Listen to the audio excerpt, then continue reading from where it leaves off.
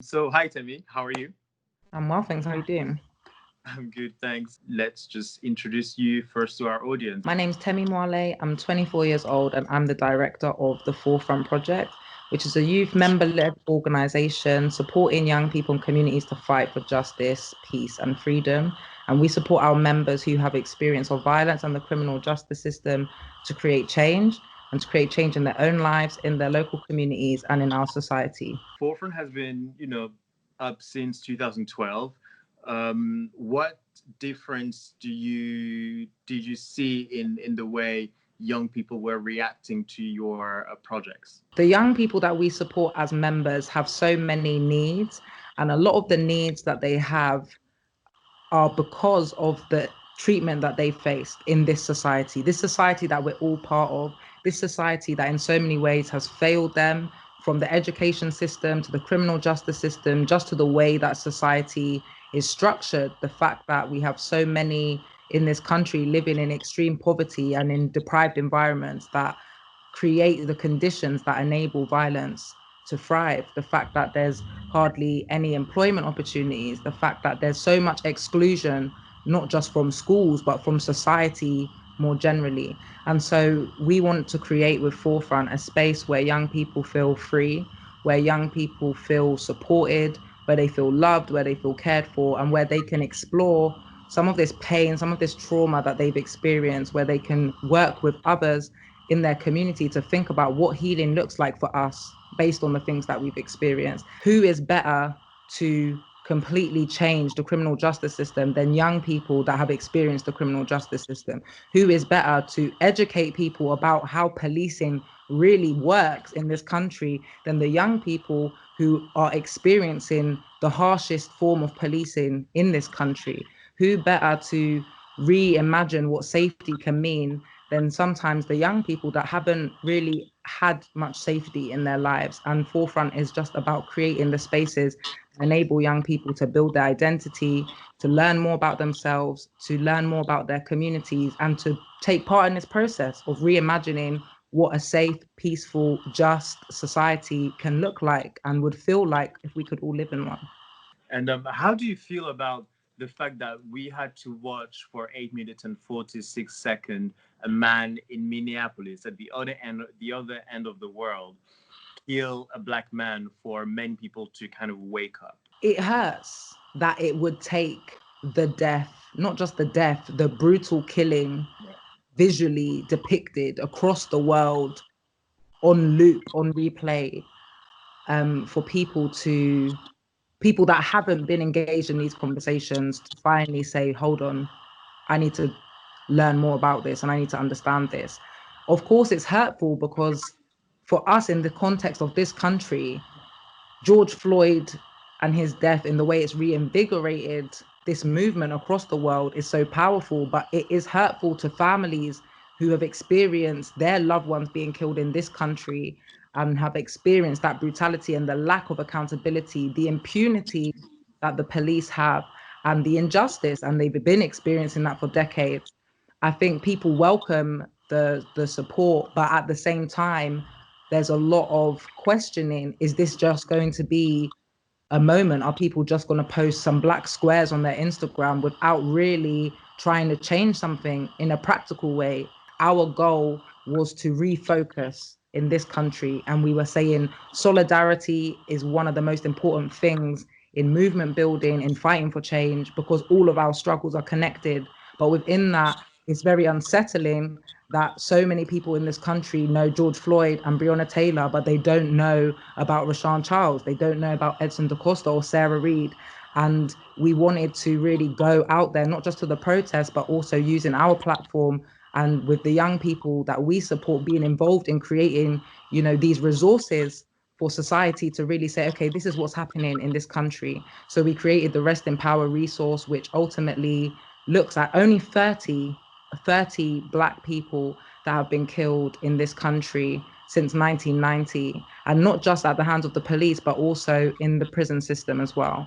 And what we wanted to do is not just say these people died and this is how they were killed, but who were these people? What was their life about before it was taken? And what should you know about them so you can learn their stories and you can share those stories and you can be part of understanding how long this has been happening and how we still are in this position decades later where these families have never received any justice. Of course, 4Front, you guys do grassroots actions. Can you tell me a little bit more about what they are and who is involved?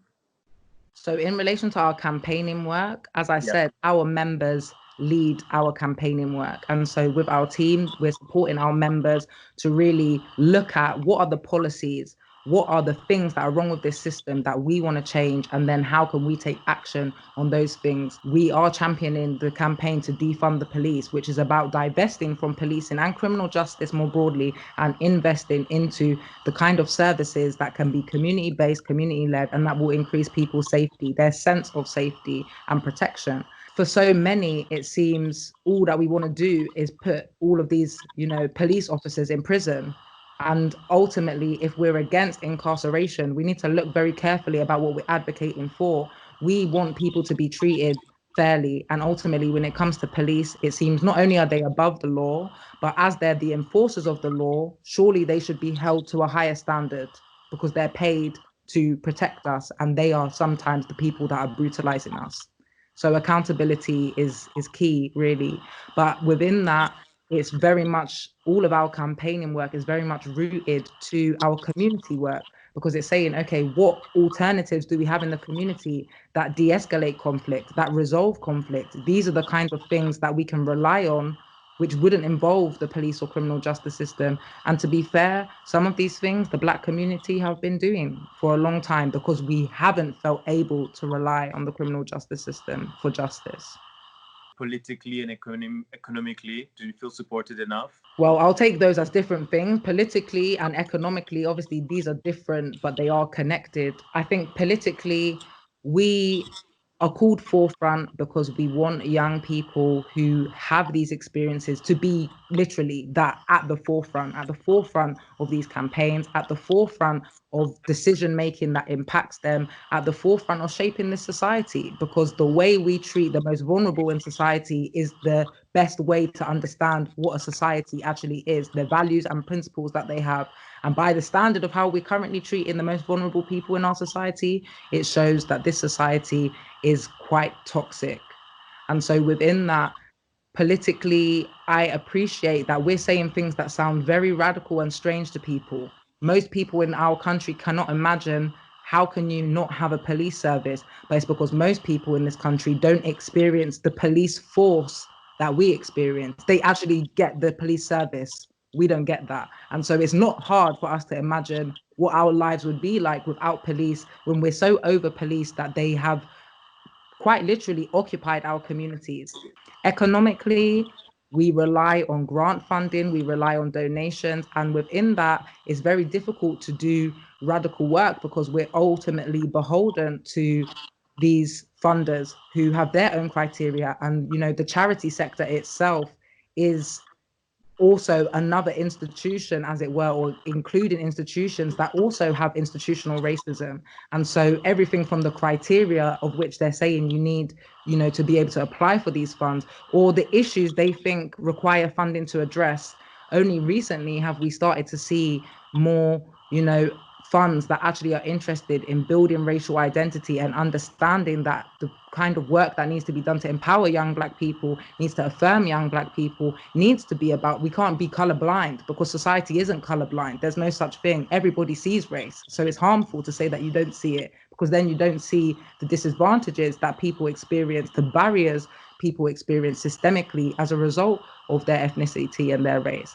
And so economically, we want to be more free so that we can do the radical work that we know needs to be done, and so that we can best support young people who have been cut off from most services and most support in this society. If you had to pick one thing to kind of being the first step of change, what would it be? The first step of change for me is about understanding.